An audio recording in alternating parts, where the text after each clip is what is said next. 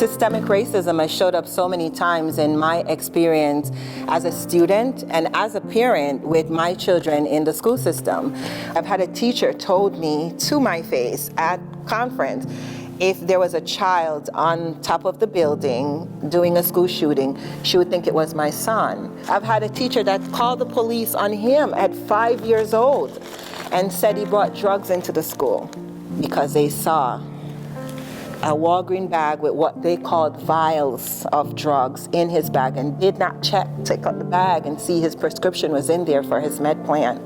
But they called the cops on a baby. So what is his impression of the cops? What are you guys trying to do? And this is what's happened over and over and over again. These fears are real. And it's very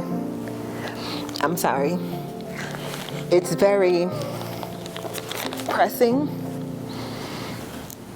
You know, it's there all the time because I always say my oldest son, who's 6'3", they're not, you know, my fear is that somebody's gonna stop him. They're not gonna talk to him and see the decent human being that he is. He's just going to be judged by his color and the clothes that he's wearing. And, you know, I might not see him again. It's very, very scary. I'm very hopeful that they will be able to be a part of some sort of change, time to come, and that I live to see it. You know, not to see what we're seeing today, and that we won't need movements like BLM, you know, and continued force and fight for something that's God-given. It's a right. I moved to Connecticut 8 years ago. When I found us a place, the landlord knew that my daughter was disabled, and I told him all I have is nurses coming to my house. He said, okay, fine. You know, if I paid my rent for a full year, he would accommodate us with a ramp and certain things for Melina, and that never happened. Within 3 months, I was harassed, called all kind of names, cursed at in my house, in my home with my daughters.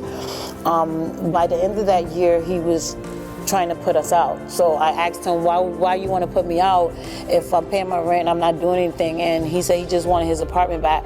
I don't want to say it's a black thing. I want to say it's a low income thing, you know what I mean, a poverty thing. I was being bullied, you know. Last year, 3 of my family members ended up in the ER, and it actually ended up intubated and sedated due to COVID issues. And so I had a lot of fears as to whether or not they would get the care that they needed because they weren't able to advocate for themselves and we weren't there to speak up for them.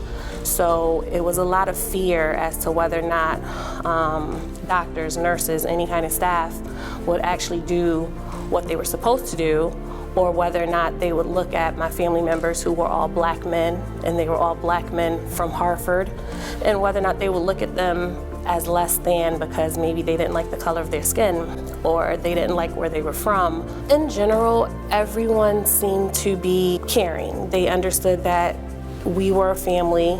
All 3 of them were related. They understood that it was a lot of our family in the hospital, and they constantly assured us that they were doing the best that they could. And I say in general because I did have to ask a doctor to stop him from calling me because he was trying to pressure me into putting in a do not resuscitate order for my brother. That made me uncomfortable. It made me angry because I feel too much pressure to do something that my family or myself do not want to do. A year later, I lost my brother May 1st, and I lost my dad on May 5th. I still have those questions as to whether or not everything went the way it was supposed to, and unfortunately for me, I'll never really have those answers. I have a very good feeling that my white counterparts probably never had that fear of being treated less than simply because of the color of their skin.